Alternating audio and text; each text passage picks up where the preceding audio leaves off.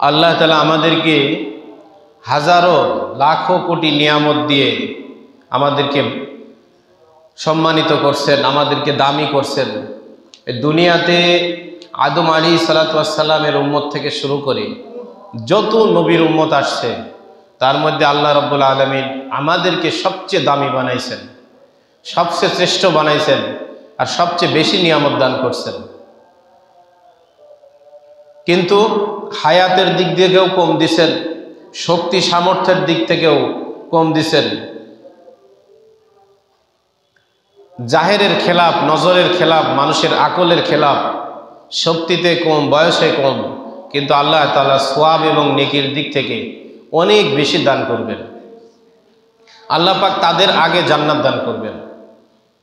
আল্লাহ পাকের এত বড় দয়া, সেজন্য মুহাম্মদ সাল্লাল্লাহু আলাইহি ওয়াসাল্লামের উম্মত হতে পারা এটা আল্লাহ পাকের অনেক বড় অনুগ্রহ, ইহসান, আল্লাহ পাকের অনেক বড় করুণা।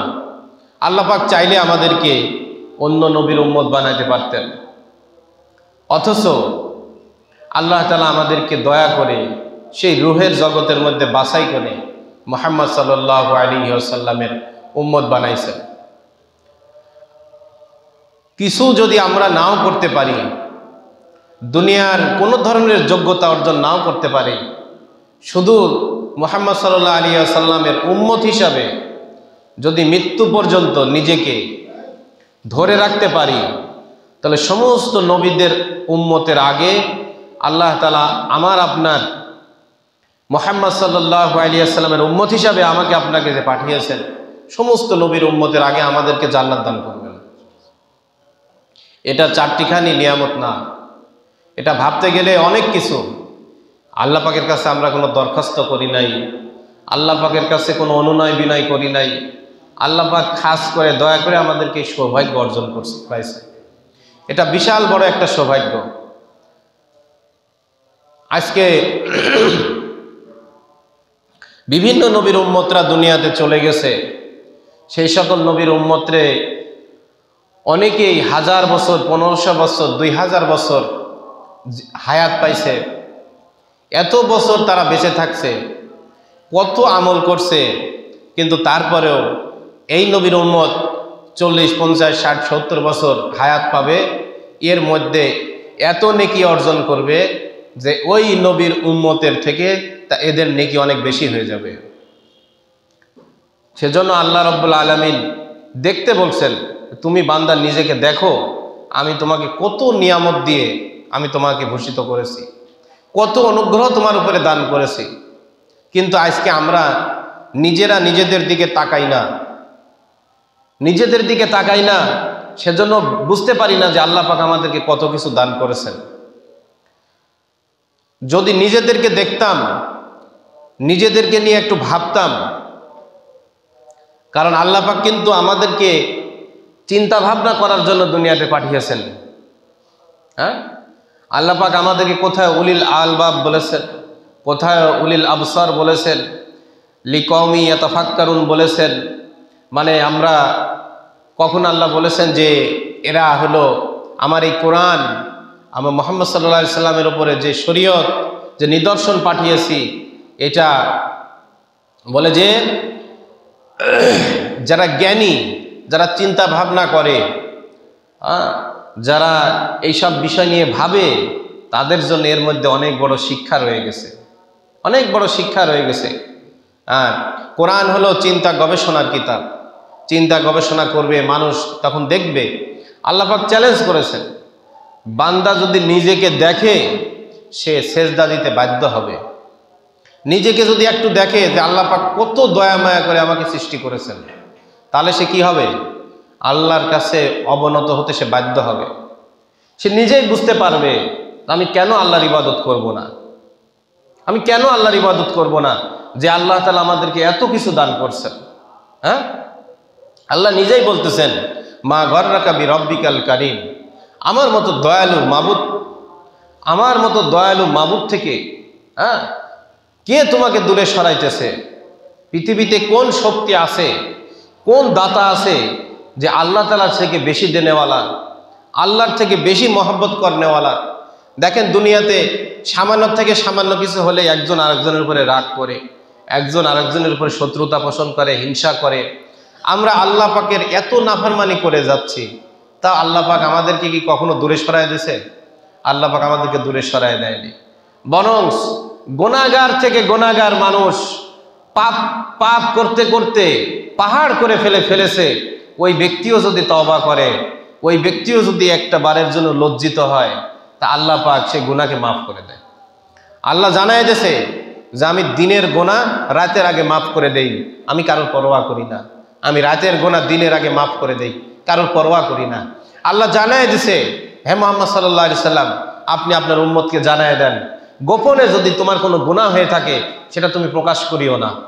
আমি আল্লাহ পাক নিজেই জানি, তুমি গুনার সাক্ষী বাড়াইও না, তুমি তওবা করো, আমি তোমার গুনাহ মাফ করে দেব।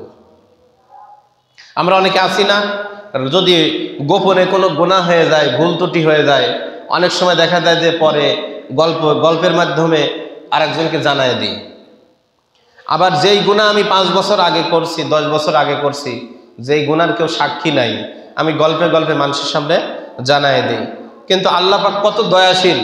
আল্লাহ বলছে, বান্দা তুমি গুনাহ করেছো, তুমি নিজে নফসের ধোকায় পড়ে ভুল করেছো, কিন্তু তুমি কি করো না, গুনাহকে মানুষের সামনে জানায়ও না, গুনাহকে মানুষের সামনে জানায়ও না, গুনার সাক্ষী বাড়ায়ও না, নেকির সাক্ষী বাড়াও। তুমি যে ভালো, তোমার ভালো কর্মের সাক্ষী বাড়াও। কাল কিয়ামতের দিন সমস্ত জিনিস সাক্ষী দিবে, তোমার পক্ষে অথবা তোমার বিপক্ষে সাক্ষী দিবে। এই আসমান জমিন, এই গাছপালা তরুলতা, এই পশু পাখি, হ্যাঁ, এই যে জমিন দিয়ে আমি হাঁটতেছি, সমস্ত কিছু আল্লাহর কাছে কাল কিয়ামতের দিন আমার পক্ষে অথবা আমার বিপক্ষে সাক্ষী দিবে। সেজন্য বলছে, তোমার নেকির সাক্ষী বাড়াও। তুমি জমিনের যেইখানে গুনাহ করেছো সেখানে নেকির কাজ করে নাও, যাতে ওই জমিনকে আমি আল্লাহ ভুলাইয়ে দেব, তোমার গুনাহের কথা ভুলাইয়ে দেব। আর যদি তুমি যত বড় গুনাহই করো না কেন, যদি গুনাহ থেকে খালেসভাবে তওবা করো, অন্তর থেকে তওবা করো, তা আমি আল্লাহ পাক ওই যার সাথে গুনাহ করেছিলে, যেই এলাকাতে গুনাহ করেছিলে, যেখানে বসে গুনাহ করেছিলে, যেই পোশাক পরে গুনাহ করেছিলে, তোমার সাক্ষী যারা যারা ছিল, আমি আল্লাহ তাআলা ওই সাক্ষীদেরকে ভুলাইয়ে দেব। ওরা কাল কিয়ামতের দিন তোমার গুনার পক্ষে সাক্ষী আর দিতে পারবে না, আমি আল্লাহ ভুলাইয়ে দেব। আল্লাহ পাক দেখেন কত দয়াশীল, কত রহম করনেওয়ালা। সে আল্লাহ তাআলা বলতেছে, মা গররাকা বিরব্বিকাল কারীম, আমার মতো দয়ালুর থেকে কে তোমাকে দূরে সরায় রাখলো? সে কে? আমি ভাত দেই, কাপড় দেই, হ্যাঁ, বলতেছে যে দুনিয়ার সমস্ত মানুষ বস্ত্রহীন, ওই ব্যক্তি ব্যতীত যাকে আমি বস্ত্র দান করি। দুনিয়ার সমস্ত মানুষ ক্ষুধার্ত, ওই ব্যক্তি ব্যতীত যাকে আমি খাদ্য দান করি। দুনিয়ার সমস্ত মানুষ পিপাসিত, ওই ব্যক্তি ব্যতীত যাকে আমি পিপাসা নিবারণের জন্য পানি দান করি। সুতরাং এই সমস্ত কিছু কার পক্ষ থেকে আসে? আল্লাহর পক্ষ থেকে। যদি আমরা দুনিয়ায় দেখি গাছ থেকে ফল আসে, জমিন থেকে ফসল আসে, কামাই রোজগারের মধ্য থেকে টাকা আসে, সেটা দিয়ে আমি কিছু কিনি, কিন্তু প্রকৃত অর্থে আল্লাহ পাকের পক্ষ থেকে আসে, খাজানা আল্লাহ পাকের কাছে। আমরা দেখি দুনিয়ার সমস্ত কিছু কোথা থেকে আসে? জমিন থেকে আসে, আসে না? দুনিয়ার সমস্ত কিছু কোথা থেকে আসে? জমিন থেকে আসে। কিন্তু আল্লাহ পাক কি বলতেছেন? অফিস সামাই রিজকুকুম, আসে কোথায় থেকে? বলে তোমার রিজিক তো আসমানে। রিজিক কোথায়? আসমানে। আমরা দেখি কোথায় থেকে আসে? জমিন থেকে। আল্লাহ একটা সিস্টেম বানাইছেন, কিন্তু আল্লাহ পাক এই সিস্টেমের কি না? মুহতাজ না। আল্লাহ সামাদ। আল্লাহ পাক আসমান যদি ঢালাই করে দেয়, আসমান যদি সীসা দিয়ে ঢালাই করে দেয়, জমিন যদি তামা দিয়ে ঢালাই করে দেয়, সূর্যের আলো বৃষ্টির পানি যদি এই জমিনে না পড়ে, তারপরে আল্লাহ ওইভাবে মানুষকে খাওয়াবেন যেভাবে এখন খাওয়াইতেছে। আল্লাহ পাক খাওয়ানোর জন্য জমিনের মুহতাজ না। আল্লাহ পাক খাওয়ানোর জন্য কোনো কিছুর মুহতাজ। মুহতাজ মানে কি? মুকাফেক্কি না। আল্লাহ পাক একাই সব কিছু করেন। হ্যাঁ, দুনিয়াতে কায়নাতকে, এই দুনিয়ার সিস্টেমকে, এই দুনিয়ার বস্তু জগৎকে চালানোর জন্য আল্লাহ পাক একটা সিস্টেম, আল্লাহ পাক একটা সিস্টেম দাঁড় করাইছেন। একটা সিস্টেমের মধ্য দিয়ে কি করবে? মানুষ চলবে। কিন্তু আল্লাহ পাক এই কথার দাওয়াত দিয়েছেন নবীদের দ্বারা, যে সিস্টেমের উপরে যেন মানুষ বিশ্বাস না করে, বিশ্বাস করে গায়েবের উপরে। প্রত্যেকটা আলুর ক্ষেতের পিছনে একটা অদৃশ্য শক্তি কাজ করতেছে, ওই শক্তির উপরে বিশ্বাস করবে, ক্ষেতের উপরে না। ক্ষেতের মধ্যে যাওয়া আল্লাহ আমাকে হুকুম দিছে, কিন্তু এর থেকে নফা নোকসান ফায়দা দেওয়ার মালিক আল্লাহ। চাকরি করার আল্লাহ আমাকে হুকুম দিছে, আমাকে হালালভাবে করার হুকুম দিছে, এর থেকে বরকত ফায়দা দেওয়ার মালিক আল্লাহ। আল্লাহ পাক আমাকে খাওয়ানোর জন্য চাকরির মোহতাজ না, চাকরির মুখাপেক্ষী না। তো আল্লাহ তাআলা এত কিছু দিয়ে দিয়ে, যেরকম সূরা আর রহমানের মধ্যে মুসল্লিদের শুনতে খুব ভালো লাগে, ইমাম যখন সূরা আর রহমান তেলাওয়াত করে শুনতে খুব ভালো লাগে। কেন? একটু পর পরই ফাবিআইয়ি আলা রাব্বিকুমা তুকাযযিবান, হে জিন্নর ইনসান, হে বান্দা, তুমি আমার কোন নিয়ামতকে অস্বীকার করো? আমি তোমাকে কি দেইনি, কি দেইনি? হ্যাঁ, আমি তোমাকে দেখো চোখের জায়গায় চোখ দিছি, নাকের জায়গায় নাক দিছি, মুখের জায়গায় মুখ দিছি। আচ্ছা বলেন, মানুষ চলে সামনের দিকে, চোখটা যদি সাইডে দিত, চোখটা যদি পিছনে দিত, তাহলে তার কেমন অবস্থা হইতো? দেখবেন মুরগির দুই অথবা কি বলে ছাগল অথবা গরু, মানে সমস্ত পশু পাখি যারা আছে, এই পশু পাখিকে দেখবেন যে দুইটা চোখ আমাদের মতো সোজা দেওয়া নেই। আমাদের মতো কি সোজা দেওয়া আছে? সোজা দেওয়া নেই, চোখ দুইটা কিন্তু দুই সাইডে দেওয়া। সেজন্য আপনারা খেয়াল করে দেখবেন এই সকল পশু পাখিরা ওই সোজা দেখতে হলে সাইড করে তাকায়, সাইড করে তাকায়। আল্লাহ রাব্বুল আলামিন সেজন্য ওই মরগ, মুরগি, ছাগল, গরু এই সকল সৃষ্টি করে আল্লাহ পাক বলেন নাই যে আমি সর্বোত্তম সৃষ্টিকারী? আল্লাহ পাক মানুষ সৃষ্টি করে কি বলছেন? আমি সর্বোত্তম সৃষ্টিকারী। নিখুঁত মানুষ, নিখুঁত। তাকাবে, সে যায় সামনের দিকে, চোখটাও সামনে দিছে, চোখটা সামনে দিছে। দেখবেন মুখের উপরে ঠিক নাক, নাকটা যদি, এটা নিয়ে চিন্তা গবেষণা করতে হবে। আপনি যদি নিজেকে নিয়ে গবেষণা না করেন, শুধু ওই ভিতরে খালি আফসোসই থাকবে। কি আফসোস? আল্লাহ আমারে গরিব বানাইছে, আল্লাহ আমারে এটা দেয়নি, আল্লাহ আমারে ওইটা দেয়নি, মানে খালি নেই নেই নেই। আর যদি নিজেকে নিয়ে একটু চিন্তা করেন যে আমার মতো কত মানুষ আছে সমাজের মধ্যে, যেই মানুষটা চোখে দেখে না, যেই মানুষটার একটা চোখে সমস্যা, যেই মানুষটার ঠোঁটের মধ্যে কাটা, একটা মানুষের সব ঠিক আছে, ঠোঁট কাটা, ওই মানুষটার চেহারাটাকে কেউ পছন্দ করে বলেন? কেউ পছন্দ করে না। একটা মানুষ দেখবেন এত সুন্দর চেহারা, কিন্তু আপনার কাছে যখন আসছে, তাকাইছে, দেখবেন যে চোখটা কি টেরা চোখে। তাহলে কাছে আসে যখন আপনার দিকে তাকাবে, আগের থেকে ভালোই লাগতেছে, কিন্তু কাছে যখন এসে দেখবেন ও টেরা চোখে, তখন আপনারা কি, আপনার কিন্তু পছন্দ হবে না। অনেকের চেহারা খুব সুন্দর, দেখতে খুব ভালো, আপনি সোজা যাবেন, দেখবেন যে আপনার দিকে তাকায় কথা বলতেছে, কিন্তু তাকায় রয়েছে আর একদিকে, অর্থাৎ সে যদি এইদিকে তাকায় এদিকে দেখে। আছে না এরকম? আল্লাহ দেখেন তো, এই সমস্ত যে কথাগুলি বললাম একটাও আমাদের আছে? তাহলে আল্লাহ আমাদের সব দিক দিয়ে ফিটফাট, কত সুন্দর ফিটেস্ট, কত সৌন্দর্য করে আল্লাহ পাক আমাদেরকে সৃষ্টি করেছেন। সেজন্য নিজের দিকে তাকায় দেখা। আপনি দেখেন আপনাকে আল্লাহ কত সুন্দর বানাইছে। অনেকের বডিটা দেখবেন, যদি পোশাক না থাকে, খালি গায়ে হয়, তাহলে পরে আর তাকে কেউ কি করবে না, তাকে আর কেউ পছন্দ করবে না। দেখবেন ছেলেটাকে তো পোশাক পরে ভালোই দেখা যাচ্ছে, কিন্তু যখন খালি গায়ে ঘুরতেছে, দেখবেন যে তার সিনার বুকের স্টাইলটা এমন যে দেখতে একবারে কি অসামঞ্জস্য, কিন্তু আপনাকে কত সুন্দর বানাইছে। অনেকের দেখবেন পেটের ভুঁড়ি, পেট এমন সামনে বেড়ে গেছে, পেট এত বড়, আর মানে সিনাটাও নিচে, পেটটা অনেক বড়, আবার দেখবেন পেটের নিচেও আবার সাইডে চলে গেছে, দেখতে কি বেমানান। তার নিজের হাঁটতেও কষ্ট হয়, বসতেও কষ্ট হয়। আপনাকে আল্লাহ কত সুন্দর একেবারে একহারা শরীর দান করছে। নিজেকে নিয়ে যদি ভাবা যায়, বান্দা সেজদা দিতে বাধ্য, কেন আল্লাহকে সে সেজদা দিবে না? আল্লাহ কি দেয়নি তাকে? কিন্তু আমরা এইগুলা দেখি না। আপনি হসপিটালে যান, দেখেন কত মানুষ ডেলিভারি কেস নিয়ে যাচ্ছে, কেউ হাসি মুখে বের হয়ে আসতেছে, কেউ কাঁদতে কাঁদতে বের হয়ে আসতেছে। আপনাকে তো আল্লাহ পাক কাঁদায়নি, আল্লাহ পাক সবসময় আপনাকে হাসি দিছে। তাহলে আল্লাহর শুকরিয়া আপনি আদায় করবেন না? আপনাকে এত সুন্দর একটা বাচ্চা দুনিয়াতে দান করলো, আর আপনি সামান্য শীতের জন্য বাচ্চা পিশাব করে দিছে, পোশাকটা পাল্টায় নামাজ পড়বেন না? আল্লাহ পাক তো আপনাকে মৃত সন্তান দান করেনি, কিন্তু কি হয়েছে, এই বাচ্চা দোয়া মানে মাঝে মাঝে পিশাব করে দেয়, এখন আমার নামাজ পড়া। কিন্তু আল্লাহ পাক আপনার বাচ্চাকে দিছে, বাচ্চাটা যদি আল্লাহ পাক না দিত, পৃথিবীর কেউ আপনাকে দিতে পারতো না। তো এইরকম শুকরিয়া আদায় করা। আপনার বাচ্চা দেখেন, কত মানুষের বাচ্চা কত বছর বয়স হয়ে গেছে কথা বলতে পারে না, আছে না? বড় হয়ে গেছে কথা বলতে পারে না। অনেক মানুষের বাচ্চা দেখবেন বড় হয়ে গেছে কথা বলতে পারে না, হাত একটা বাঁকা, হাতে বল নাই, বাচ্চার হাতে বল নাই। অনেক বাচ্চা ন্যাংড়ায় বেড়ায় ছোটবেলার থেকে। কি বলেন, মা কি বাচ্চাকে ফেলে দেয়?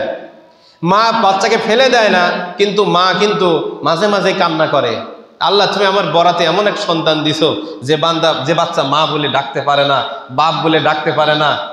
আপনার বাচ্চা 3-4টা বাচ্চা, প্রত্যেকটা বাচ্চাই 1 বছর হওয়ার আগ থেকেই ডাকা শুরু করে দেয়। আপনার মনের মধ্যে কত ভালোবাসা জন্মে। আপনি বাচ্চাকে প্রতিদিন 100 বার চুমা খান, আর আরেকজনের বাচ্চাটা দেখেন কথা বলতে পারে না। একটু চিন্তা ভাবনা করা উচিত, আল্লাহ আমার উপর কত দয়া করছে। কিন্তু আমরা ওইগুলো ভাবতেও যাই না। এই না ভাবার কারণ আমাদের ভাবার সময় নেই। কেন? আমাদের মসজিদে আসার সময় নেই, আমাদের সকালে মাঠে চলে যাচ্ছি, সন্ধ্যায় আসতেছি, সারাদিন পেরেশানি। বিকালবেলা একটু দোকানপাটে বসলাম, চা নাস্তা করলাম, একটু বন্ধু বান্ধবের সাথে ঘুরলাম, রাত্রিবেলা আবার ঘুমায় গেলাম। আল্লাহ নিয়ে ভাবার টাইম আছে কখন? নিজেকে নিয়ে ভাবার টাইম আছে কখন? কত মানুষের কত গোপন গোপন অসুখ থাকে, আল্লাহ আপনাকে ওই অসুখ দেয়নি। কত মানুষ অসুখের জন্য লজ্জায় কোথাও যাইতে পারে না, এমন অসুখ আছে না? এমন অসুখ আছে, কিন্তু লজ্জায় মানুষের মানে এক জায়গায় যাইতে পারে না, গেলে অপমান হইতে হবে। এমনও কিছু কিছু অসুখ আছে যেগুলা সমাজে মানুষের কাছে বলতেও পারে না। কত অসুখ আছে যেই অসুখের কারণে ডাক্তারের কাছে নিজের গোপন শরীরের মানে অপ্রয়োজনীয় মানে যেই কি বলবো শরীরের যেই অঙ্গ কখনো মানে নিজের বাবা মার কাছেও সন্তান দেখায় না। সন্তান একটু বড় হয়ে গেলে শরীরের যেই অঙ্গগুলা বাবা মার সামনেও কি করে না, বাবা মার সামনেও দেখায় না। যেই অঙ্গ একেবারে কাছের মানুষকেও কেউ দেখায় না, ওইটা ডাক্তারের কাছে দেখাতে হয় না? অপারেশন করতে হলে ডাক্তারের কাছে দেখাইতে হয়। আল্লাহ আপনাকে কখনো ওই রকম অসুখ দেয়নি যেই অসুখের কারণে ডাক্তারের কাছে আপনার মানে বেইজ্জতি একটু হওয়ার মতো মন মানুষকে লজ্জায় পড়তে হয়, ওরকম অসুখ আপনাকে দেয়নি। আমি কি বলতেছি আকার ইঙ্গিতে বুঝতে পারছেন? তো এরকম অসুখ তো আপনাকে কোনোদিন আল্লাহ দেয়নি।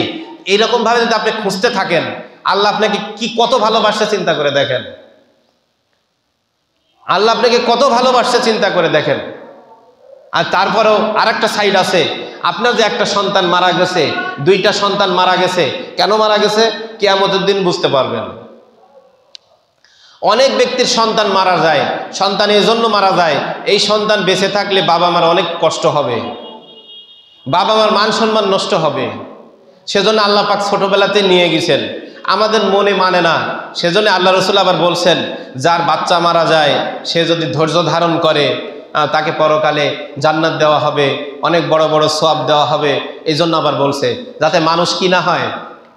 কিন্তু অনেক মানুষ একটা কিছু ক্ষতি হয়ে গেলে আল্লাহকে নাউজুবিল্লাহ অনেক এমনও কথা বলে যেটা বলা উচিত না। তার আল্লাহ আপনাকে ক্ষতি দিয়ে পরীক্ষা করবে, সুখ দিয়ে পরীক্ষা করবে, আল্লাহ আপনাকে অসুখ দিয়ে পরীক্ষা করবে, আল্লাহ পাক আপনাকে বিভিন্ন বালা মুসিবত দিয়ে পরীক্ষা করবে, হামলা দিয়ে পরীক্ষা করবে, মামলা দিয়ে পরীক্ষা করবে, ভয় দিয়ে পরীক্ষা করবে। আপনি যদি পরীক্ষায় না দেন তাহলে আপনাকে জান্নাত দিবে কেন? আবার এই উম্মতকে আল্লাহ ছোট ছোট পরীক্ষা দিবেন, ছোট ছোট পরীক্ষা। ছোট ছোট পরীক্ষায় পাশ করলে বাস, পাশ করলে একবারে অনেক বড় জান্নাত।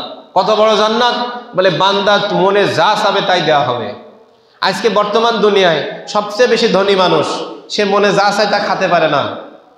আজকে পৃথিবীর সবচেয়ে বড় ধনী মানুষ, বাংলাদেশের সবচেয়ে বড় ধনী মানুষ, মাতপুরের সবচেয়ে বেশি বড় ধনী মানুষ, মনে যা চায় তাই খাইতে পারে না। কয় যে না আর দিয়েন না, টাকা দিয়ে না, আত্মীয়র বাড়িতে বেড়াইতে গেছে, ফ্রি খাবার মেহমানদারি করতেছে, তারপরও থাল উঠায় নেয়, আর দিয়েন না। কেন কেন বলেন? রিজিক আল্লাহ পাক কি করে দিছে? বন্ধ করে দিছে। আর অনেক মানুষ আছে তারা মনে করে ওই বাড়িতে যে ব্যক্তি রান্না করছে, যে মেয়েটা, ওই মেয়েটা মনে করে ওরে দিয়েছেন থাল উঁচু করতেছে, আমারে দেন আমি সব খাইয়ে নেব। তা আল্লাহ পাক এইভাবে পরীক্ষা করবে, বিভিন্নভাবে পরীক্ষা করবে।